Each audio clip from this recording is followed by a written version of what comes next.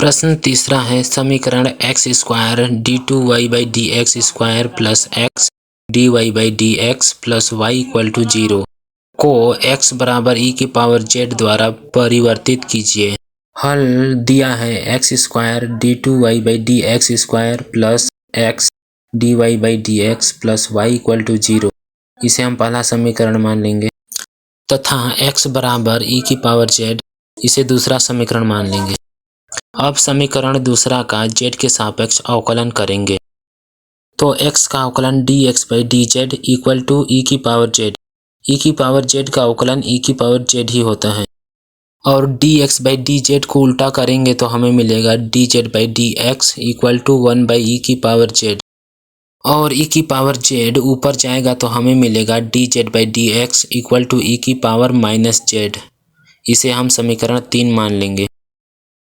अब dy by D x का मान निकालेंगे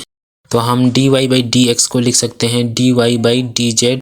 into D z by D x. यहाँ पर dz बाई डी एक्स का मान समीकरण 3 से रखेंगे तो हमें मिलेगा dy by D x equal to dy by D Z into ई की पावर माइनस z। इसे समीकरण 4 मान लेंगे। अब d2y by D x square का मान निकालेंगे तो हम d2y by D x square को लिख सकते हैं d by D x dy by D x और d बाई डी एक्स को हम लिख सकते हैं d by D z by D x. तो हमें मिलेगा d2y by D x square equal to d by D Z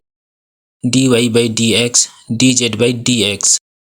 अब dy बाई डी एक्स का मान समीकरण 4 से रखेंगे तो हमें मिलेगा d2y by D x square equal to d by D z dy by D z e की पावर माइनस z और dz बाई डी एक्स। यहाँ e की पावर माइनस z को प्रथम फलन मानेंगे और dy बाई डी जेड को द्वितीय फलन मानेंगे। तो इसे हल करने के लिए हम फॉर्मूला का यूज करेंगे और फॉर्मूला है प्रथम फलन गुणित द्वितीय फलन का अवकलन प्लस द्वितीय फलन गुणित प्रथम फलन का अवकलन।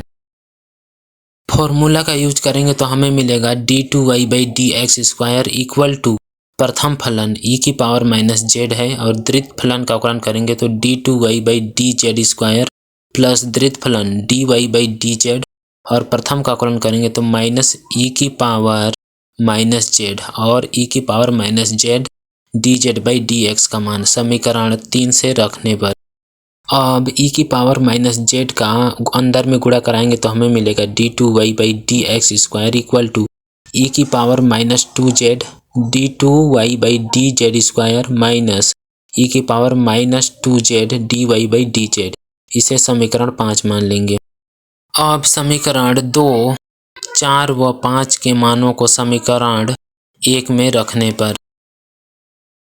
समीकरण 1 दिया है x square d2y by D x square plus x dy by D x plus Y equal to 0।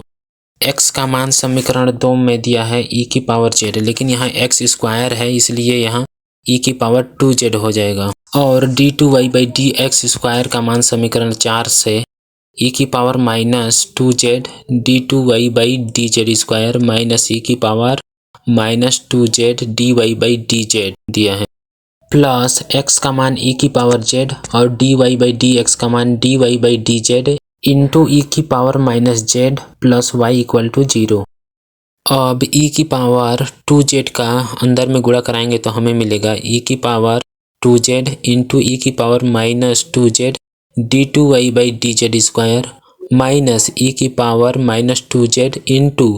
ई की power 2z dy by D z plus e की पावर z इंटू ई की power minus z dy by D z plus Y equal to 0। यहाँ पर e की power 2z और e की power minus 2z ये दोनों कटेगा और यहाँ e की पावर माइनस 2z और e की पावर 2z ये दोनों कट जाएगा और e की पावर z और e की पावर माइनस z ये दोनों कटेगा तो हमें मिलेगा d2y by D Z square minus dy by D z plus dy by D z plus Y equal to 0। यहाँ minus dy by D z और plus dy by D z ये दोनों कट जाएगा तो हमें मिलेगा d2y by D Z square plus Y equal to 0 और यही हमारा हल है।